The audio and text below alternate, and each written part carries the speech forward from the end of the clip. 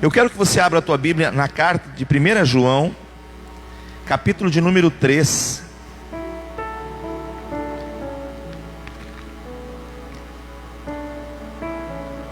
Hoje pela manhã eu já falei, e eu quero continuar esse assunto, sobre a doutrina da paternidade. Você sabe que a Bíblia, ela é um livro doutrinário. E existem muitas doutrinas dentro da Bíblia. E sempre quando as pessoas perguntam, e eu já fui questionado por várias pessoas a respeito disso: mas a sua igreja, pastor Maurício, tem doutrinas? Tem. Quais são? As doutrinas da palavra. A Bíblia tem doutrinas. Amém? Agora, o que a gente não pode confundir é com usos e costumes. Aí é diferente. E às vezes alguns misturam e fazem de usos e costumes doutrinas, né? Então você começa a perceber que há uma certa dificuldade das pessoas entenderem, porque são estabelecidas algumas coisas. Por exemplo, como doutrinas bíblicas, a da paternidade é uma. Sabe, você vai encontrar doutrinas dentro da Bíblia muito claras, que precisam ser respeitadas, honradas e vividas. Uma vez eu me lembro que alguém me perguntou para mim: pastor, na sua igreja é uma igreja mundana. Eu disse: mas por quê você está dizendo isso? Porque as mulheres se vestem como homens. Me falaram isso. Eu disse: mas eu não vejo isso. Eu não vejo a minha esposa, por exemplo, se vestindo como homem. Aliás, outro dia nós fomos nas lojas Renner, e ela foi no departamento feminino e eu fui no departamento masculino. E quando eu vejo ela em casa se vestindo, eu nunca vi ela entrar no armário ou no roupeiro masculino, o meu roupeiro, para pegar suas roupas para vestir. Então nós estamos falando de uma coisa diferente da outra. A Bíblia fala sobre essa doutrina, mas não da vestimenta natural. Fala sobre a postura do homem viver. Deus, quando criou o homem macho e fêmea, homem e mulher. Então a doutrina de Deus ensina que o homem não deve querer se vestir de mulher e ser mulher, e tampouco a mulher ser homem. Isso é uma doutrina. Então a gente começa a entender isso, amém? Mas a Bíblia, ela mostra muito categoricamente essas coisas. E hoje em particular nós vamos falar sobre a doutrina da paternidade. Eu quero que você acompanhe. Capítulo 3, verso 1 diz assim: vede que grande amor nos tem concedido o Pai, ao ponto de sermos chamados filhos de Deus. E de fato somos filhos de Deus. Por esta razão o mundo não nos conhece, porquanto não conheceu a Ele mesmo. Amados, agora sois filhos de Deus, e ainda não se manifestou o que havemos de ser. Sabemos que quando Ele se manifestar, seremos semelhante a Ele, porque havemos de vê-lo como Ele é. E a si mesmo se purifica de todo o que nele tem esta esperança, assim como Ele é puro. Todo aquele que pratica o pecado também transgride a lei, porque o pecado é a transgressão da lei. Sabei também que Ele se manifestou para tirar os pecados, e nele não existe pecado. Todo aquele que permanece nele não vive pecando, e todo o que vive pecando não o viu e nem o conhece. Senhor, obrigado pela Tua palavra. Que o Senhor possa nos iluminar, nos dar entendimento e revelação, para vivermos o melhor desta palavra, em nome de Jesus, amém. A doutrina da paternidade, ela começa diferente do que muitos falam. Eu cresci, por exemplo, ouvindo um ditado no mundo, que diz que todos são filhos de Deus. Vi também ditado das pessoas que dizem assim: ó, deixa um pouquinho para mim, porque eu também sou filho de Deus. Você já ouviu isso, sim ou não? Mas será que essa doutrina é verdadeira? Sim ou não? Não. pelo simples fato de que todos são criaturas de Deus, fomos criados por Deus, mas a paternidade, o reconhecimento de Deus como Pai na nossa vida, se veio na pessoa de Jesus. E a partir desse momento Deus estabeleceu então que nós seríamos filhos dele, baseado na adoção por meio de Cristo Jesus. E isso tem um significado enorme na vida cristã, quando compreendemos de fato como Jesus fez isso.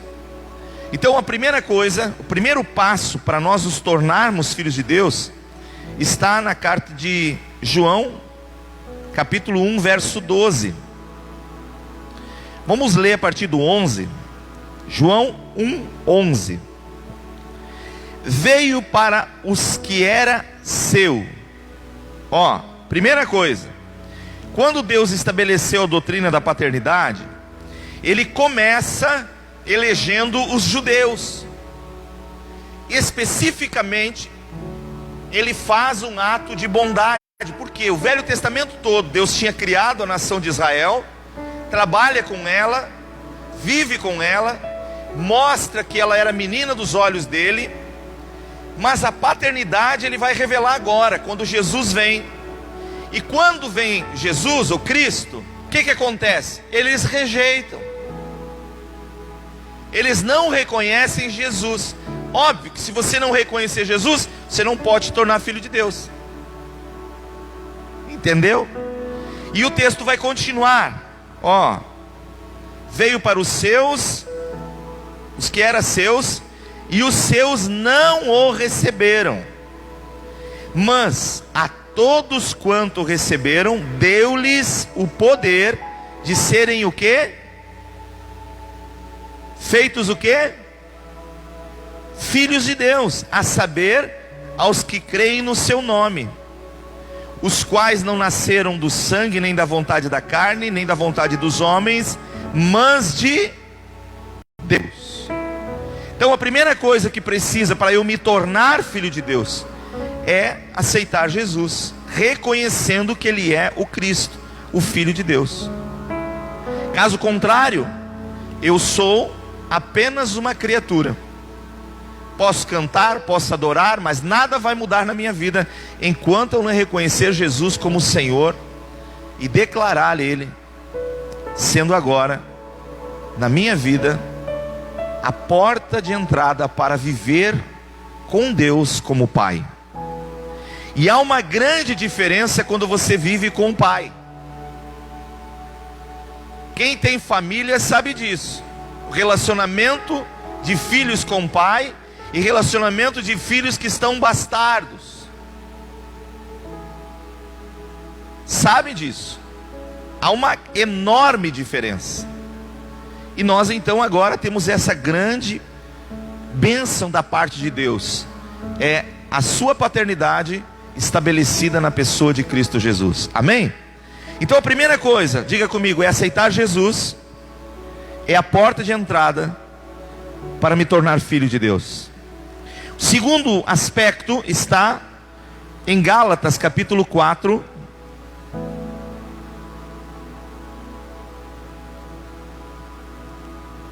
versículo de número 4 e 5.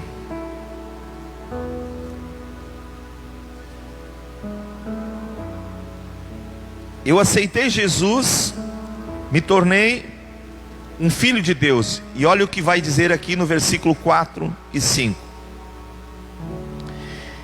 Vindo porém a plenitude do tempo, Deus enviou seu filho, nascido de mulher, nascido sobre a lei, para resgatar os que estavam sob a lei, a fim de que recebêssemos o quê? A fim de que recebêssemos o quê? A adoção, diga comigo, a adoção.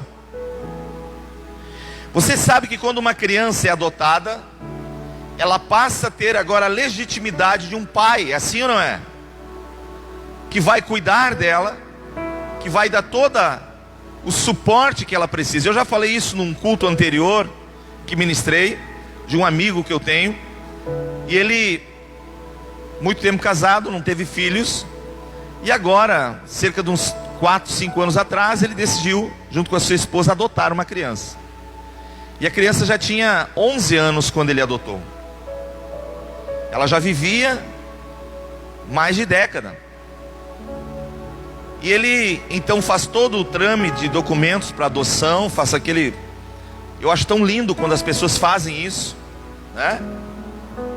E ele disse: eu sei que eu vou encontrar dificuldade, eu sei que tem uma linhagem de rejeição sobre aquela pessoa, aquela criança, mas eu quero amá-la e eu quero cuidar dela. Então eles fizeram um quarto, decoraram o quarto todo ele de rosa, enfeitaram, deixaram aquele quarto lindo, maravilhoso. Fizeram uma decoração de balões na entrada da casa. E o dia que então foram trazer a menina, que a menina entra no portão e ela vê toda aquela decoração, ela começa a chorar, mas chora copiosamente, de uma forma impactante. E ele disse: eu meio que fiquei surpreso e comecei a me apavorar com aquele choro. Pensei, está passando mal. Então sentamos na cama com ela e perguntamos o que tinha acontecido. E ela disse: eu nunca tive isso na minha vida. E eu chego agora, eu sou adotada por vocês, e eu sou impactada pelo que eu estou recebendo nesse momento. E eu não consegui conter a minha emoção e as minhas lágrimas, de saber que se vocês estão me esperando dessa forma, o que ainda virá pela frente. A emoção de alguém que havia sido adotado, de alguém que agora estava sendo reconhecido como alguém que tinha um pai. O texto bíblico aqui vai dizer que nós somos resgatados para recebermos a adoção de filho. Verso 6: e porque vós sois filhos, enviou Deus ao nosso coração o Espírito do seu Filho, que clama: Abba, Pai. Verso 7: de sorte que já não és mais escravo, porém o quê? Filho. E sendo filho também o quê? Preste atenção aqui. Se as pessoas entendessem no Evangelho do Senhor Jesus o significado de sermos filho e o que vem junto com o filho como herança, eu te garanto que a nossa postura diante de Deus era completamente diferente. Eu te garanto que nós teríamos aquele gozo, aquela alegria, aquele prazer de estar com Deus, por entender quem nós éramos e quem nós nos tornamos. Então o texto está dizendo que junto com Jesus veio uma herança. Sabe, você fica pensando em herança. Eu conheço um irmão que o seu avô deixou uma herança para ele. E há pouco tempo atrás, o avô vivia, quando o avô faleceu, veio uma grande herança, mudou a história daquele homem, por causa de uma herança que estava nas mãos do seu avô. Agora a Bíblia diz que em Jesus nós temos uma herança. Você tem dimensão do que pode? A Bíblia fala sobre algumas coisas. Por exemplo, Apocalipse vai falar sobre a cidade onde nós vamos residir. Hoje se pergunta: qual é o teu endereço? Você desgravar, está aí. Onde você mora? Um mora no centro, outro na Morada do Vale, outro na Parque da Matriz, né? E a Cachoeirinha, né? Mas enfim, Parque dos Anjos, Neópolis.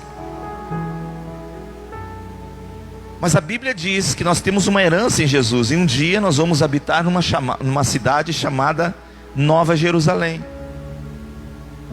Você já leu como é que vai ser as ruas desta cidade, não? Talvez alguns anos atrás eu estava morando num sítio que um dia que nem hoje o carro é uma benção, é um barro só. Aí quando muda e para de chover, é uma poeira só. Então tem as duas partes, ou é barro ou é poeira. Mas a Bíblia diz, na minha, que esta cidade, as ruas serão de ouro. A pavimentação dessa rua não será um material cujo hoje você vê nas ruas. As ruas serão de ouro. Isso está incluso dentro da nossa promessa de herdeiro. Você faz ideia disso? Se você ainda não fazia, comece a pensar. Por isso que a Bíblia vai dizer em Colossenses 3, se morrestes com Cristo e com Cristo ressuscitastes, pensai nas coisas do alto, onde Cristo vive. Comece a pensar um pouquinho sobre a realidade do céu e a herança que Deus tem para nós. Sabe, você começa a pensar um pouquinho em algumas coisas.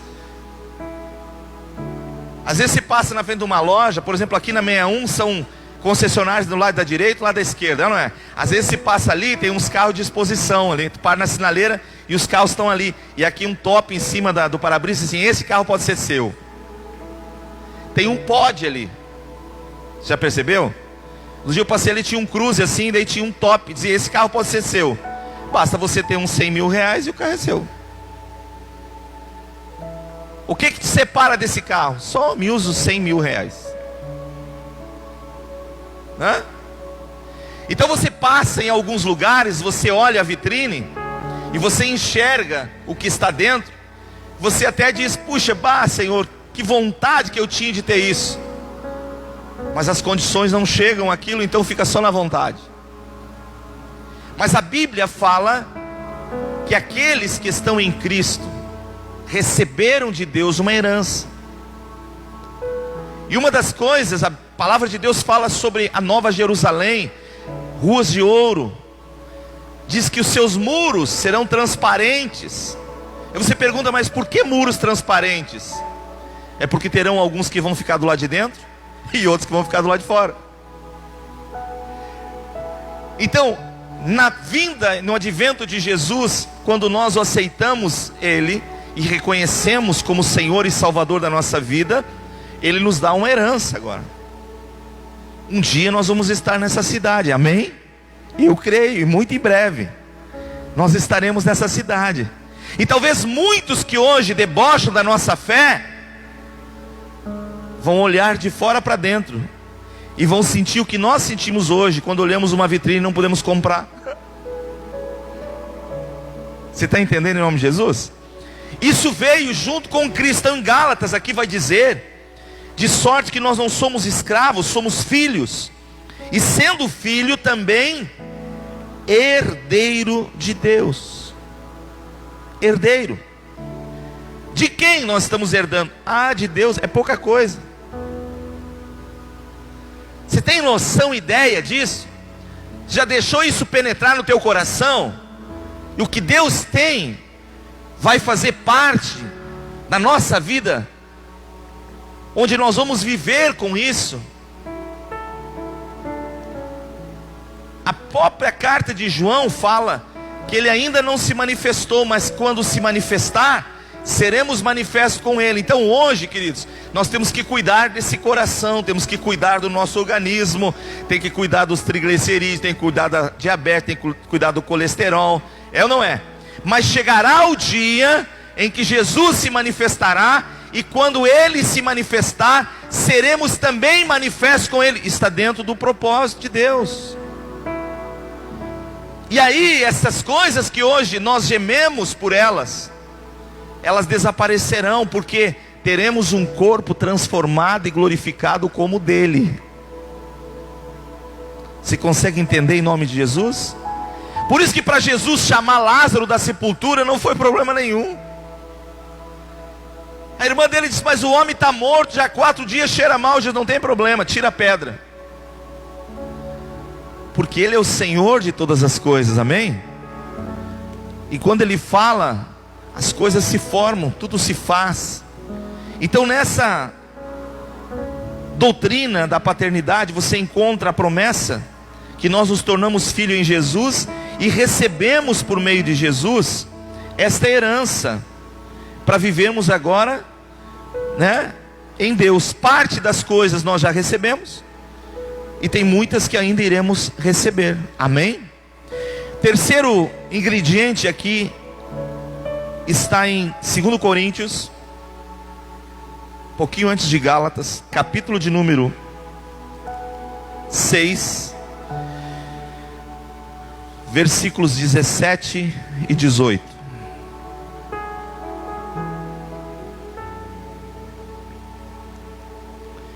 Diz o texto assim: por isso retirai-vos do meio deles, separai-vos, diz o Senhor, não toqueis em coisas impuras, e eu vos receberei. Verso 18: serei vosso Deus, ou vosso Pai, e vós sereis para mim filhos e filhas, diz o Senhor Todo-Poderoso. Quando nos tornamos filhos de Deus e temos essa herança, um passo importante da nossa vida é nós lutarmos contra a nossa natureza pecaminosa. Então está dentro do contexto que nós precisamos agora ver que nós não temos mais a nossa ligação genética com a nossa natureza carnal, mas Deus nos deu a possibilidade de nós estarmos ligados em Cristo Jesus. Por isso que quando você vai ao livro de Reis, Crônicas, você vai ver assim, o nome de uma pessoa, por exemplo, Josias. E reinou Josias por 22 anos e fez o que era agradável ao Senhor, e não andou no caminho do seu pai. E você vai ver ali, e fez segundo tudo o que o seu pai Davi fizera. Como assim? Tinha dois pais? Não, é que a Bíblia conta a linhagem espiritual, a decisão da pessoa em sair da sua vida natural e viver uma vida especial para Deus. Então quando aceitamos Cristo, nós precisamos entender: primeiro, tornamos filhos de Deus. Segundo, recebemos como herança. Terceiro, temos que ter uma vida agora que não mais condiz com o que vivíamos antes no pecado. A Bíblia enfatiza muito sobre isso. Amém? E junto com isso, nós encontramos também 3 privilégios desta paternidade em Cristo. 3, sabe, de sermos filhos de Deus. Primeira deles está em Gálatas, capítulos 4 e 7, 4, verso 7. Nós lemos que fala sobre herança, sobre sermos herdeiro. Você sabe que isso não é pouca coisa. Quando nos tornamos herdeiros, a nossa condição anterior, ela é substituída. Saímos da condição de criatura, passamos para a condição de filhos. Saímos da condição de escravo para a condição de filhos enxertados em Jesus. Quando isso acontece, nós temos então, da parte de Deus, esse privilégio agora. Todas as riquezas espirituais que estão em Jesus passam a fazer parte da nossa vida. Então uma das coisas que nós precisamos atentar é: você percebeu como é que Jesus se posicionava diante dos problemas, dos desafios? Por exemplo, você não encontra na Bíblia nenhum versículo que Jesus tenha orado por uma situação quando a situação aconteceu. Nenhum. Você encontra dizendo assim: e Jesus afastou-se um pouco para orar, e Jesus estava em oração sozinho, e Jesus subiu ao monte a fim de orar. Isso você encontra. Em Lucas tem 12 passagens assim. Mas nenhuma passagem que Jesus acordou, apareceu endemoniado na frente dele, e ele começou a orar: Pai, agora eu te peço em nome de Jesus. Não. O que Jesus fazia? Ele exercia a sua fé naquilo que ele já tinha orado. Vou repetir. Ele exercia a sua fé naquilo que ele já tinha orado. Então, por exemplo, João capítulo 11 narra a morte de Lázaro. Um pouquinho antes do capítulo 11, capítulo 10, diz que a notícia foi levada a Jesus, que Lázaro estava doente. Quando Jesus recebe a notícia, o que ele diz? Esta doença, esta enfermidade não é para a morte, mas é para a glória de Deus. Passou-se 4 dias e Jesus vai até onde estava Lázaro. Só que quando ele chega lá, Lázaro já tinha sido sepultado. Aí ele pergunta: onde está a tumba? E Maria foi levar ele. Quando ele chega diante daquela gruta, ele diz para Marta e Maria: tirem a pedra. O que elas disseram? Já cheira mal, pois é de 4 dias. E Jesus disse: eu já não disse para você, se creres verás a glória de Deus? Então tiraram a pedra e Jesus falou e disse: graças eu te dou, ó Pai, porque tu sempre me ouves. Virou-se para a gruta e disse: Lázaro, saia para fora. E o texto bíblico diz em João: sair aquele que estava morto depois de 4 dias. Aleluias. Sempre diante de um acontecimento, Jesus estava ali, mas ele nunca orou. Por exemplo, quando ele vai chamar os 12 apóstolos, a Bíblia diz que no dia anterior ele sobe para o monte e passa uma noite orando e falando com Deus. No clarear do dia ele desce e encontra uma multidão já à beira-mar, e ele chega, e quando ele chega, ele começa a dizer: Mateus, vem cá, João, vem cá, Tomé, vem cá, Pedro, vem cá. E ele chama essas pessoas para ele. Ele não chega ali, levanta as mãos e ora, dizendo: agora, Pai, revela-me quem eu devo chamar. Quem está compreendendo em nome de Jesus?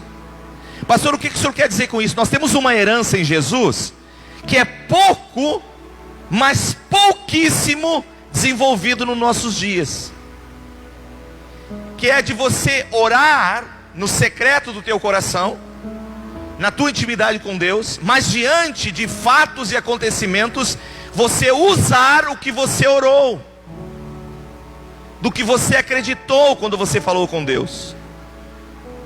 Sabe?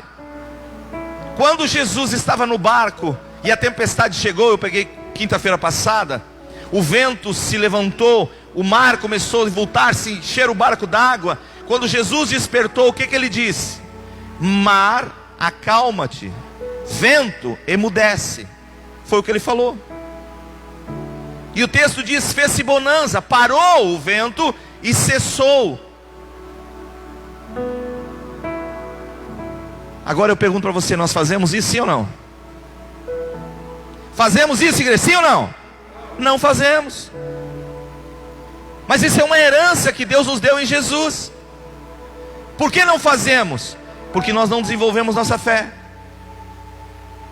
Então nós esperamos acontecer o fato. Quando acontece o fato, nós vamos orar. Ai, Deus, me livra desse problema, me livra dessa dificuldade. Deus, eu não estou te entendendo. Você é meu filho, você é herdeiro das minhas promessas, mas em vez de você acreditar quando você fala comigo, diante desse momento, você levantar a tua mão e repreender isso, você não faz. Então nós temos como herança, preste bem atenção, tudo que está em Jesus. Então por isso que ele disse lá em Marcos 16:16: em meu nome orarão os enfermos, em meu nome expulsarão demônios. Então tem situações que você tem que entender que ali é o momento de você levantar as mãos e dizer: cessa agora, para agora. Você está entendendo em nome de Jesus? Essa filiação nos dá esse privilégio de nós termos agora aquilo que estava em Jesus nas nossas mãos. Segundo, nós temos o testemunho do Espírito Santo na nossa vida. Sabe, isso é profundo. E esse testemunho está ligado com Romanos capítulo 8.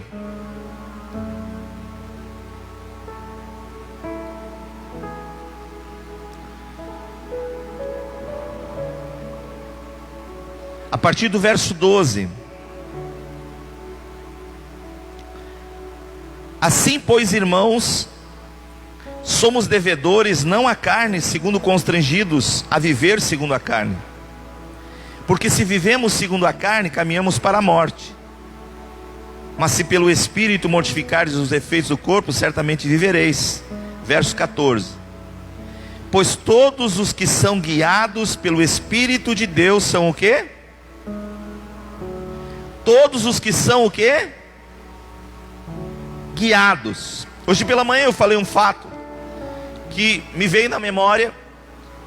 Em 1998, nós tínhamos que levar nosso pai a uma clínica em Porto Alegre. Na época eu tinha uma liberdade maior de espaço durante o dia, então fui incumbido junto com a minha irmã de ir. Eu não sabia onde é que era, então eu fui até Assis Brasil, parei no garopo, pedi uma informação ali. Eu disse: eu quero chegar em tal rua em Porto Alegre, por onde eu vou? Qual é o melhor caminho? A pessoa me olhou e disse: é melhor o senhor voltar e pegar a freeway. Vai pela freeway e o senhor chega lá. Dei volta, fomos pela freeway. Quando chegamos, passando a usina do gasômetro ali, tem aqueles palácios ali do governo. Chegamos ali, eu disse: poxa, mas eu não sei, porque nós não tínhamos o advento do GPS. Você coloca ali, clica e te leva lá no local. Aí eu parei, cheguei a um taxista e disse para ele: olha, eu tenho que levar meu pai a uma clínica e o horário é tal horário, e eu já estou meio que atrasado e eu não sei como chegar lá. O senhor pode me dizer como é que eu chego lá? Aí ele disse: qual é o endereço? Eu disse: é tal endereço. Aí ele olhou e disse assim: teria sido melhor o senhor ter ido pela Assis Brasil. Eu disse: mas eu vim de lá agora, me disseram que era por aqui. Aí ele parou e disse assim: se eu te explicar, você não vai chegar lá, é muito complicado. Então faz uma coisa, embarca no teu carro e me segue. E o taxista foi, me largou na frente da clínica. Você entendeu o que é ser guiado? O que a Bíblia está dizendo? Que os filhos de Deus são guiados pelo Espírito Santo. Parece ser algo simples? Não. Num momento tenebroso como nós estamos vivendo, num ano que nós saímos de uma situação, ou estamos saindo ainda, de calamidade pública, onde centenas de milhares de pessoas entraram em óbito, o desespero está grande aí fora. O que a Bíblia diz? Que os filhos de Deus são guiados pelo seu Espírito. Momentos que você não sabe o que fazer, nem direção, o Espírito de Deus te toma e te conduz. Isso é um privilégio de todos? Não, dos que são filhos de Deus. Não diz que é de todos, não diz que é de criaturas de Deus, diz que é privilégio de filhos. Quando é que você precisa ser guiado? Como eu, não sabia como chegar, alguém bondoso me conduziu até lá. Aí nós temos alguém à nossa disposição 24 horas por dia, que nos assiste em nossas dificuldades. Qual é a função dele? É te guiar quando você está perdido. O que eu vou fazer agora se eu não sei o que? Aí o Espírito Santo diz: fica tranquilo, agora eu vou te guiar. Quem está entendendo em nome de Jesus? Está entendendo isso? Mas quando nós não percebemos a importância do Espírito Santo na nossa vida, nós tratamos isso secundariamente. Agora, quando nós compreendemos a importância do Espírito Santo, que coisa gloriosa! Paulo está dizendo aqui que nós somos guiados pelo Espírito Santo de Deus. E verso 15 diz: porque não recebesse espírito de escravidão para viveres outra vez atemorizado, mas recebesses o Espírito de... Sabe o que está dizendo aqui? É o Espírito Santo dizendo: pai, eu preciso guiar o Maurício, porque ele é teu filho. Se encontra num momento delicado, está passando um momento difícil, e eu quero guiá-lo. Ele faz isso com todo mundo? Não.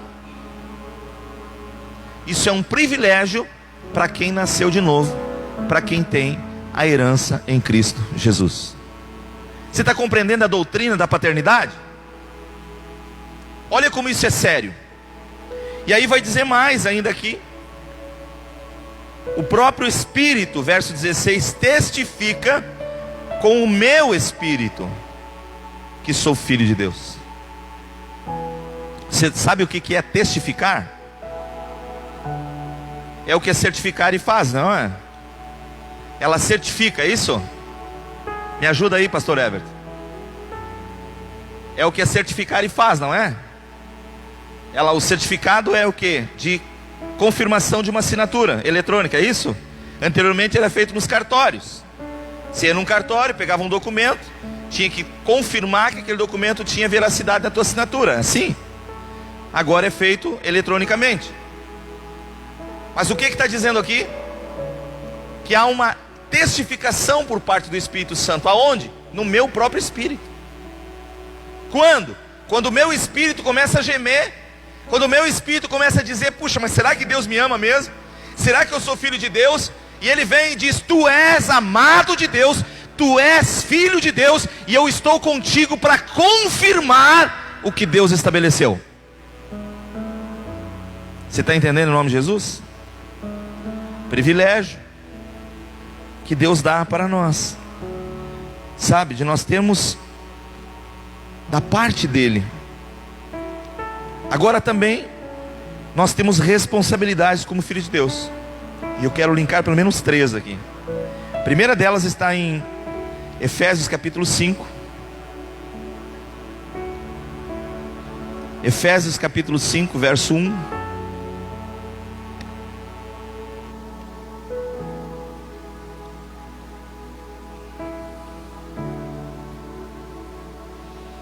Se nós temos privilégio, agora entramos na responsabilidade.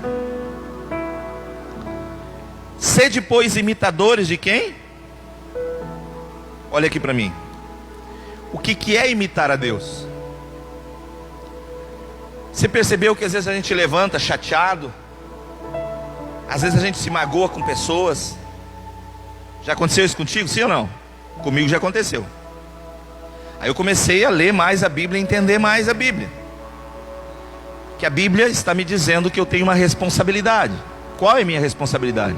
De imitar a Deus. Agora eu pergunto para você: Deus te chateia por qualquer coisa, sim ou não? Não. Deus deixa o seu coração se encher de rancor, de mágoa, de ódio, sim ou não? Não. Deus deixa de perdoar as pessoas, sim ou não? Não. Então a quem que eu tenho que imitar? Qual é a minha responsabilidade? Se a Bíblia está dizendo: sede imitadores de Deus, então como filho, eu preciso desenvolver em mim esse sentimento do Pai. Isso é uma responsabilidade, sabe? E aí você começa a ver que responsabilidade tem a ver com testemunho. Sabe, como testemunho, você tem que entender. Como é que o pai se alegra em ver um filho vestido? Como é que o filho vestido vai glorificar o pai? Então isso serve para mulheres e para homens. No meu vestir-se, eu estou tendo responsabilidade para com Deus. Como é que eu me apresento na sociedade? Qual é que é o meu testemunho perante aqueles que não são crentes? Você está entendendo? Sede, pois, imitadores de Deus como filhos amados, e andai em amor como também Ele nos amou, que diz aqui, e se entregou por nós, como oferta e sacrifício a Deus em aroma suave. Eu pergunto: nós andamos dessa forma com Deus? Nós nos entregamos em pró a Deus pelas pessoas? Ou nós vivemos o nosso clube, o nosso mundinho, de forma como nós queremos e nos agradamos? Sabe que é responsabilidade nossa imitar Deus. Agora, você só pode imitar alguém que você conhece. Então é para isso que nós precisamos conhecer a Deus, sermos imitadores dele. E Deus perdoa, eu tenho que imitá-lo no perdão. Deus ama, eu tenho que imitá-lo no amor. Qual é a conduta de Deus diante dos erros da humanidade? Deus muda, se altera nisso? Não. Como é que nós temos que viver então? Qual é a nossa conduta? Aí você vai começar a perceber que existe uma responsabilidade nossa como filho de Deus. E essa responsabilidade é de imitar a Deus. Segundo, de viver em pureza. Olha o que diz em 1 Pedro, capítulo 1, verso 14.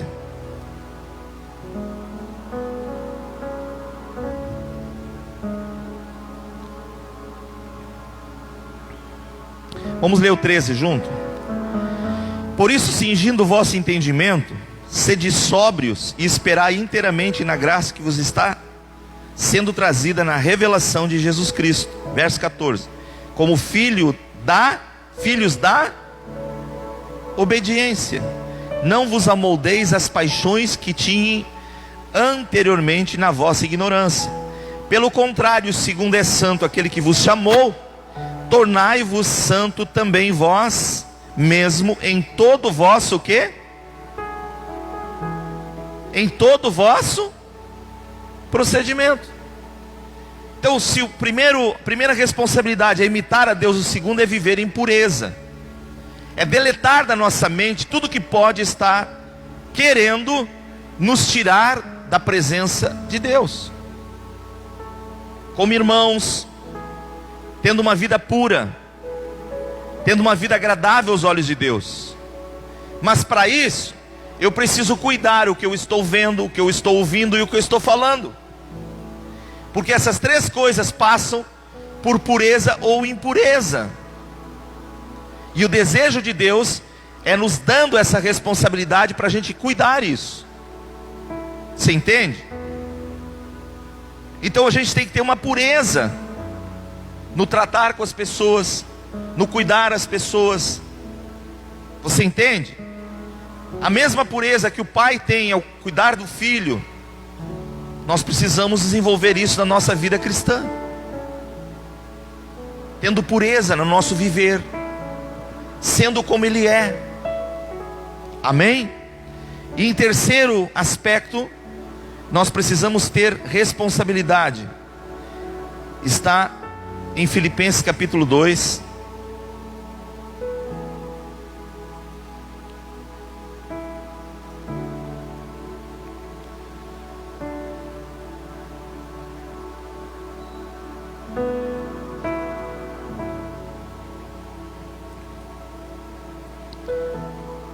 Verso 12. Assim, pois, amados meus, como sempre obedecestes, não só na minha presença, porém muito mais agora na minha ausência, desenvolvei a vossa salvação com tremor e temor. Verso 13. Porque Deus é quem efetua em vós tanto o querer quanto o realizar segundo a sua boa vontade. Verso 14. Fazei tudo sem... Olha aqui para mim. Na real, nós fazemos sem murmuração? Sim ou não? Então o que nós temos que fazer? Mudar os nossos hábitos. Por quê? Porque é responsabilidade nossa como filho de Deus. Eu tenho uma herança, legal. Eu tenho privilégios em Jesus, coisas maravilhosas, mas eu também tenho a responsabilidade. Qual a minha responsabilidade? Eu preciso ser exemplo para as pessoas. Exemplo no falar, exemplo no pensar e exemplo no agir. Então, se eu faço as coisas com murmuração, eu não estou sendo responsável com aquilo que Deus me deu. Você está entendendo? A Bíblia nos dá esse entendimento. A doutrina da paternidade passa por privilégios e também por responsabilidades. Agora, como filho de Deus, eu preciso dar um bom testemunho. Testemunho de comprar e pagar. Você está entendendo? Passa dentro desse processo. Testemunho de trabalhar, de chegar certo no horário. Testemunho de viver a verdade. Quem está entendendo em nome de Jesus? Mas o que eu encontrei ao longo desses anos todos na caminhada da fé? Eu ouço pessoas dizer: é bom trabalhar para quem não é crente, porque trabalhar para crente é problema. Como problema? Ou trabalhar com crente é problema. Como é problema? Por causa do mau testemunho. Se a Bíblia nos dá responsabilidade, ela me dá também direitos, ela também me dá responsabilidades. E a minha responsabilidade é de ser um exemplo. Quem está entendendo em nome de Jesus? Olha o que Paulo vai dizer adiante: fazei tudo sem murmuração e nem contendas, mas para que vos torneis o quê? Irrepreensíveis e sinceros, filhos de Deus, inculpáveis no meio de uma o quê? Pervertida e corrupta. Então veja, Deus nos dá a graça de nós agora sermos e termos privilégio de caminharmos com as promessas de Deus, mas também a responsabilidade de nós sermos um exemplo neste mundo perdido, neste mundo tenebroso. Pastor Mossor falou agora sobre contas em dia, tá? É difícil no tempo que nós estamos vivendo. Queridos, dificuldade todo mundo passa. A questão não é essa. A questão é que na dificuldade alguns usam o texto de 2 Coríntios 5,17. E assim, se alguém está em Cristo, é nova criatura. As coisas velhas passaram e tudo se fez novo. Então, pastor, Deus me perdoou, se eu não conseguir pagar, ficou para trás. Não é isso que a Bíblia está dizendo. Não. A Bíblia está me dando a responsabilidade de fazer as coisas diferentes e brilhar nessa terra. Amém?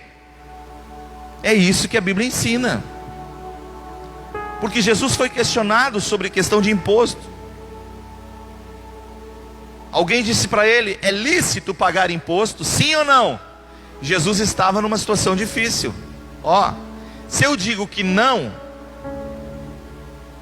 eu tenho um problema com César. Se eu digo que sim, eu tenho um problema com os judeus. Aí Jesus diz: me dá uma moeda aí. Aí alguém pegou uma moeda e atirou para Jesus. Ele pegou a moeda e disse: de quem é essa esfinge que está aqui na moeda? Aí alguém gritou: é de César. E Jesus: muito bem, dê a César o que é de César e dê a Deus o que é de Deus. Virou as costas e saiu. Simples. O que ele está dizendo? Cumpra com as tuas obrigações aqui nesta terra e cumpra com as tuas obrigações no céu. Dê o teu testemunho. Você está entendendo em nome de Jesus? Aí alguém me disse: pastor, mas César está comendo demais. César está guloso. Eu acho interessante quando Pedro ele vai entrar na sua casa em Cafarnaum. Eu tive o privilégio de estar na cidade de Cafarnaum. Hoje é só escombros, mas na casa onde supostamente Pedro morou com Cristo, em cima então a igreja católica construiu um templo, mas na parte de baixo eles levantaram as colunas altas para que ficasse uma altura mais ou menos dessa altura assim, das pedras originais da casa de Pedro. Então nós estivemos ali e eu lembrei-me daquele texto, que Jesus entra para dentro, vai descansar um pouquinho depois de uma longa caminhada, e alguém bate na porta. Aí Pedro vai lá, abre a porta e diz: pois não, era o cobrador de imposto. Aí Pedro volta lá para dentro e diz: Senhor, a notícia que eu tenho para lhe dar não é agradável. Uma, porque eu falei com Judas e o nosso alforje está furado, não tem nada, está vazio.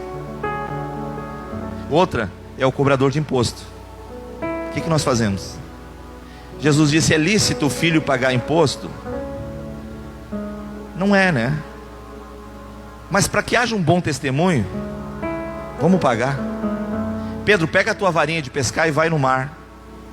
Era pertinho da casa de Pedro até o mar da Galileia. Pedro pega uma vara de pesca e vai lá para o barranco. Que nem o Gilmar botou umas fotos hoje muito bonitas. Só o pescador, se ele está me assistindo aí. Alguém deve ter passado por Pedro e disse assim: que tristeza, hein? Depois que tu começou a seguir Jesus e na igreja foi rebaixado. Pescava com rede, tinha barca, agora está pescando em caniço. E Pedro, como um bom cristão, entra aqui e sai aqui, continua firme. De repente deu uma puxadinha ali, peixe. Ele não estava interessado no peixe. O que Jesus tinha dito para ele? Pesca um peixe, e o primeiro peixe que você pescar, abre a boca dele, você vai encontrar uma moeda. Com essa moeda você paga o teu imposto e o meu imposto. Tá bom, Pedro? Pedro foi. Fez exatamente o que Jesus tinha falado. Quando ele puxa, pega o peixe, abre a boca do peixe, ele está a moeda. Ele joga o peixe fora e sai correndo. Jesus, a moeda! Vai lá e paga. Você está entendendo? O que Jesus está dizendo? Que quando você vive com Ele, você tem a provisão dEle. Amém? Mas a provisão dEle vem para você e vem para a casa dEle também. E às vezes no mês de janeiro, fevereiro, nós esquecemos das algumas coisas da casa do Senhor, porque nós desaparecemos. Voltamos só em março. Jesus disse: Pedro, tu paga o teu e o meu, os dois. Você está entendendo?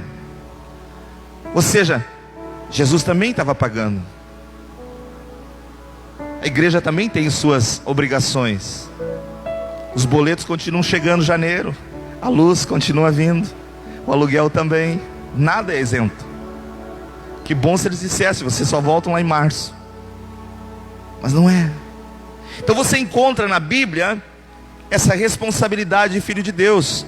E aqui vai dizer: para que vos torneis irrepreensíveis, sinceros, filhos de Deus, inculpáveis no meio de uma geração pervertida e corrupta, na qual resplandeceis como luzeiro no mundo. Então o que Deus está dizendo? Uma das responsabilidades minha e sua é brilhar no meio desta geração pervertida e corrupta, mas sendo o quê? Testemunho da glória de Deus.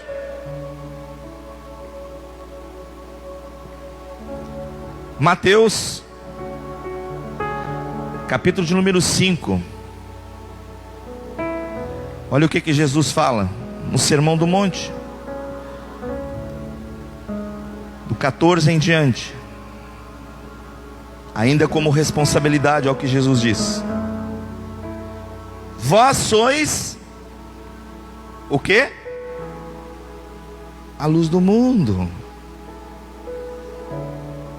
Quando você abre os Facebook, Instagram, notícias, e você vê aquela veemência de que seja aprovado a PL do aborto, que seja aprovado a PL da legalização das drogas, que seja aprovado esse tipo de ideia, você percebe que o mundo está mergulhado em trevas. E o que Deus está dizendo? Que nós temos que ser o quê? Luz. Vós sois a luz do mundo. Não se pode esconder. Olha só, como cristão não adianta você querer te esconder. Não seja um crente 007. O que é um crente 007? É um crente James Bond.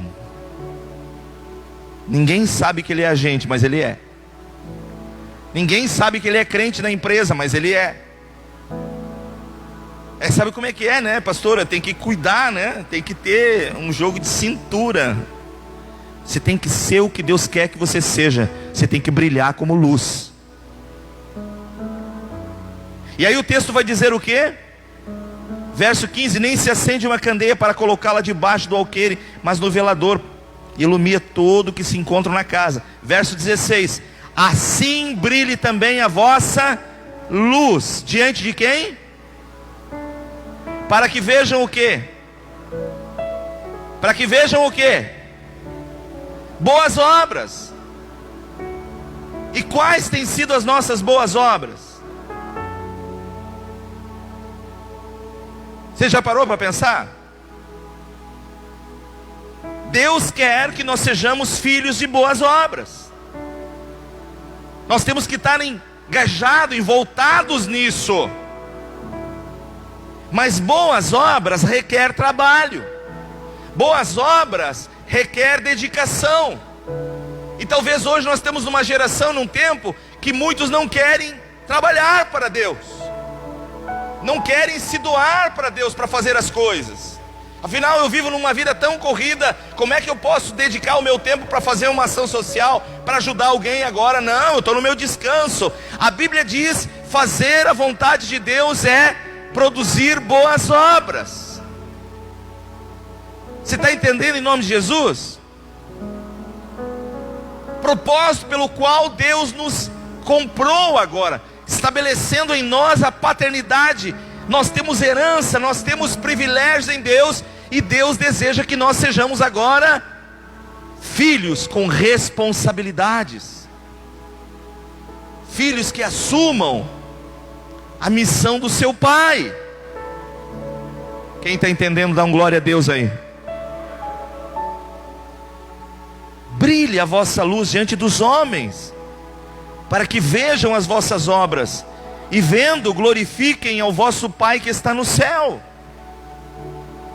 Ou seja, isso é nossa responsabilidade, amém?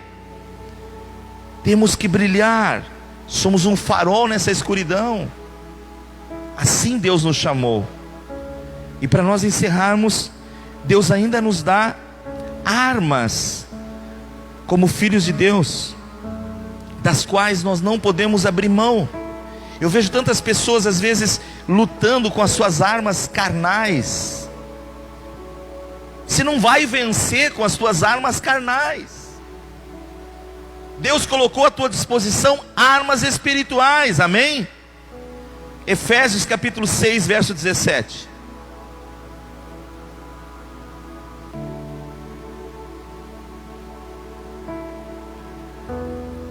O que diz aí? Tomai também o quê? Por que tem que tomar o capacete da salvação? Onde é que vai o capacete? No pé? Não, né? Vai aonde? Na cabeça. Onde é que ficam os olhos? Na cabeça. Aonde ficam os ouvidos? Na cabeça. Onde fica a boca? Na cabeça. Jesus disse que a boca fala do quê? Está cheio o quê? Coração.